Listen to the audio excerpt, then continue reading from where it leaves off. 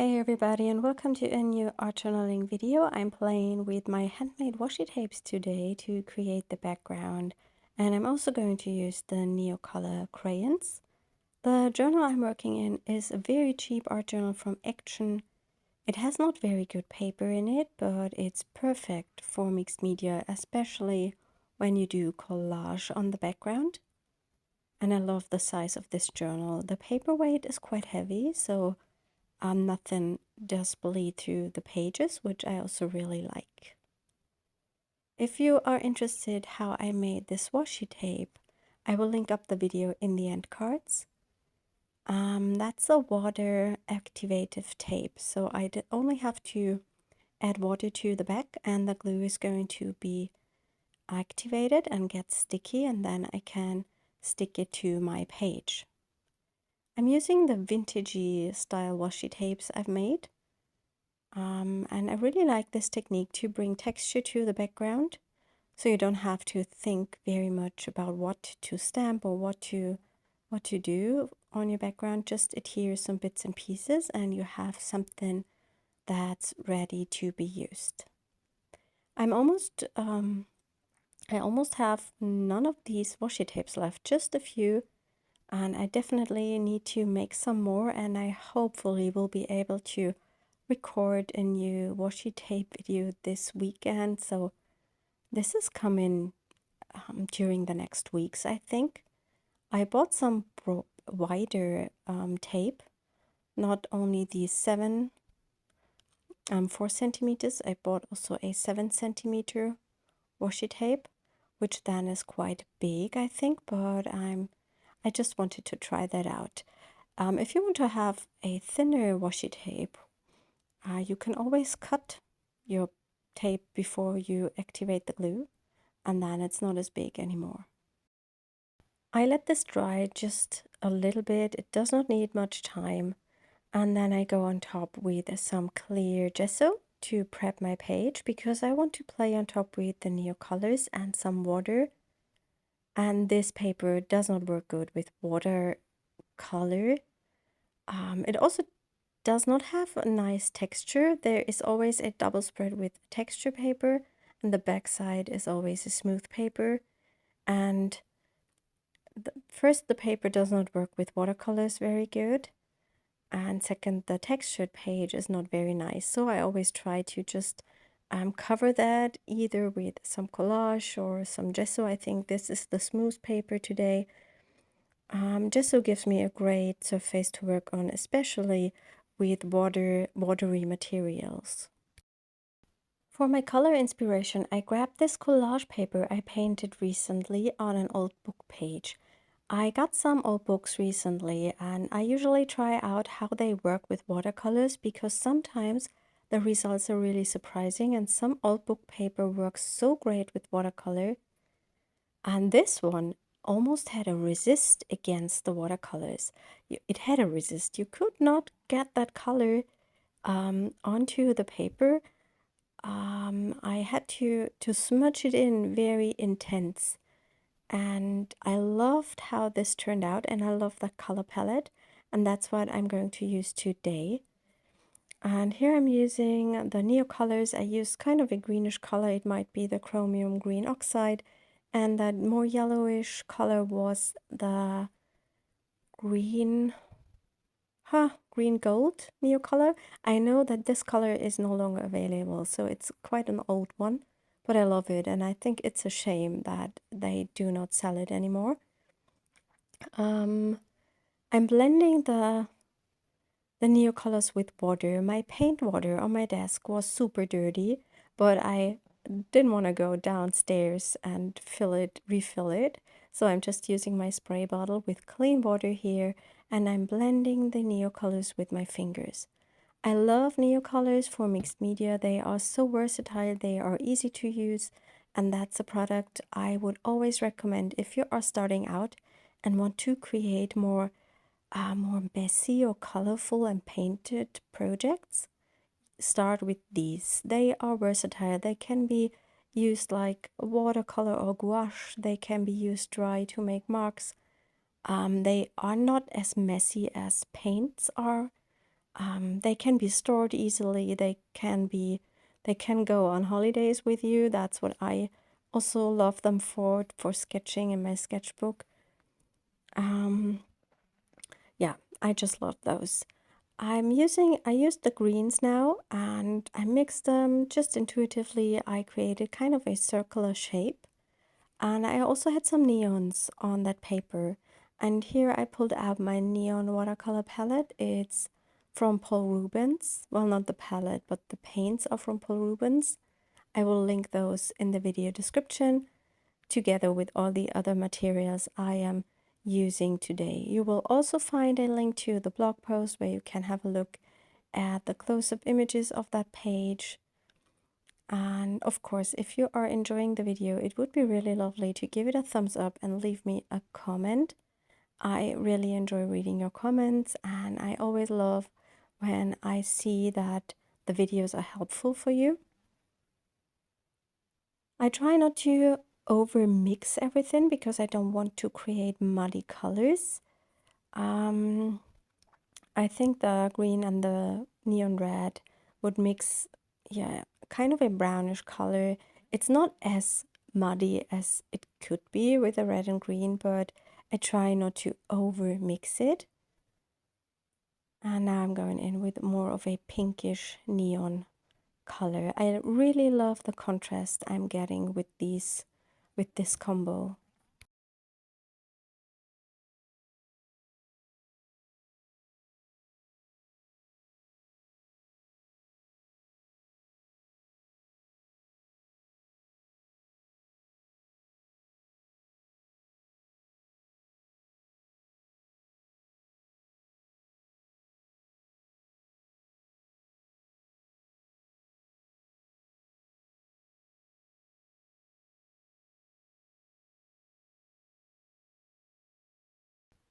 I let this dry for a while. It's not 100% dry. And now I'm going in with the Neocolors again and make some dry marks on the page. It's a bit difficult because it's still not very dry, so it smears a bit more, I would say. But as the Neocolors are water soluble, that's not where it works anyway. And I'm also going in with some white Neocolor to bring in some highlights and some more contrast in tone.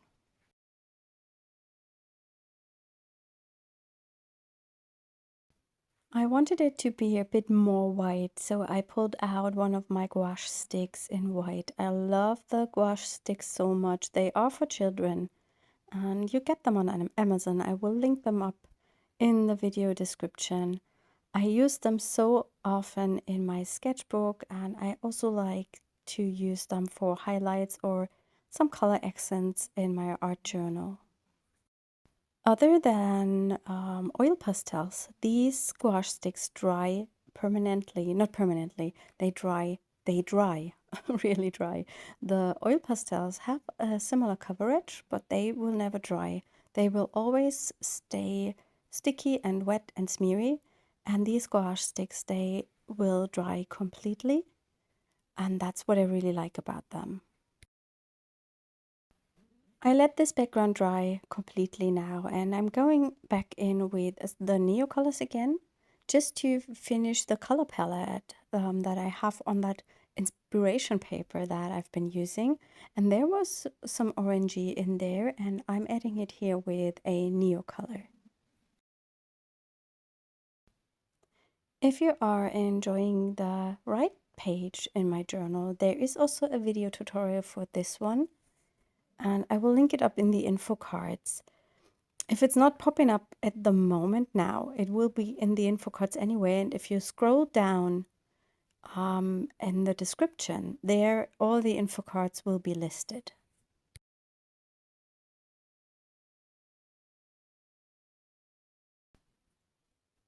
Once I was done with the color and the background, I decided to come in with a little bit of stamping to create another layer and give the page more depth. I'm using the number stamp from our Mix It Up number 6 stamp set, and I'm using StazOn ink in black.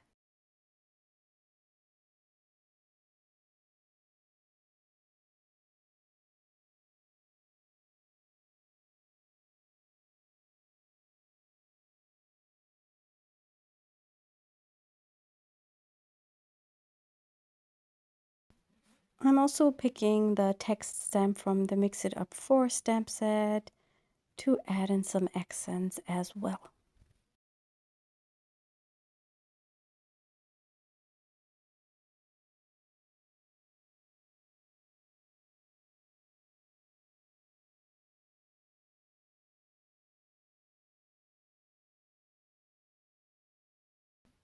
I'm coming back in again now with the white Neocolor just to highlight the center a little bit more and to cover up the edges of that washi tape a little bit. It's just something I do intuitively because I think it fits the whole spread.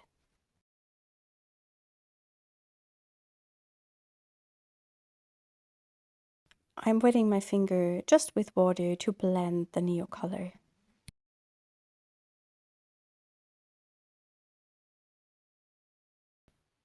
I wanted to make some white splatters and I'm mixing white acrylic paint with water. My acrylic ink is empty, so I have to do this with an alternative. You could also use the Art Craft Tailor Shape White because that's something I really love using for white splatters. But in this case, I think I did not think of that one. It really doesn't matter. Take anything that is white and almost opaque. Not almost opaque, but more opaque than maybe watercolor. It always depends on the product you have. I think the art graph is very opaque. Acrylic ink is very opaque. Acrylic paint sometimes. I think usual watercolor does not really work. And also the white Neocolor does not really work for white splatters. I wanted to make a title for the page and I wanted to use that paper I was inspired by. And I'm just stamping the word believe onto that paper. And I'm using the stamps from our A to Z stamp set. And I want to emboss this with white embossing powder.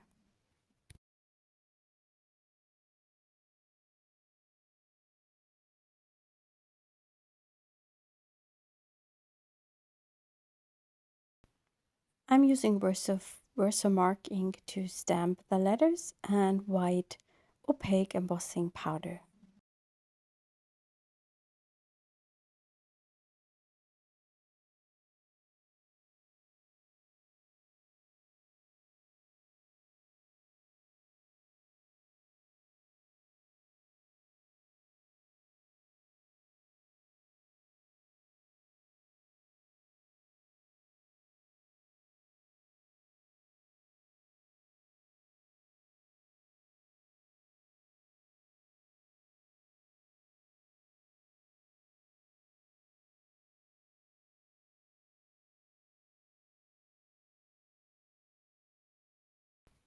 At this stage, I wasn't sure if I want to keep the sentiment completely on that one piece of paper or if I wanted to cut the letters apart and adhere them separately.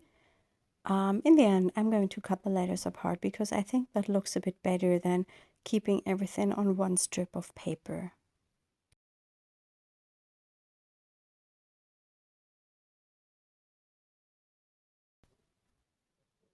I heat embossed the powder and now I'm cutting out that word, and as I said, I cut it out completely at first and then I decided to cut the letters into separate pieces to adhere them to the page like I did it on the right original spread.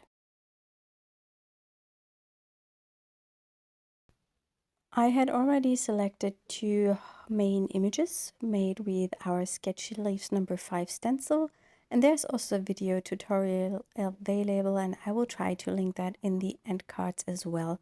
And here I decided to cut these letters apart and then adhere them to my page together with the Collage Fodder elements.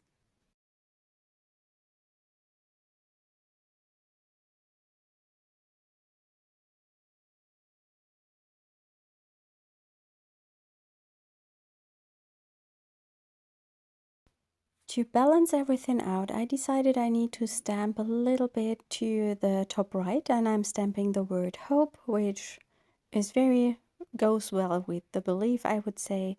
And this is also a stamp set, I think from the Mix It Up number 6 stamp set. I'm now going to adhere everything with my glue stick, and then I would say I would call the page done. You can see I've added some extra more pink splatters to the spread. I really like how this turned out. I hope you enjoyed that video today, and I hope we will see us next time. I wish you a lovely weekend. Bye.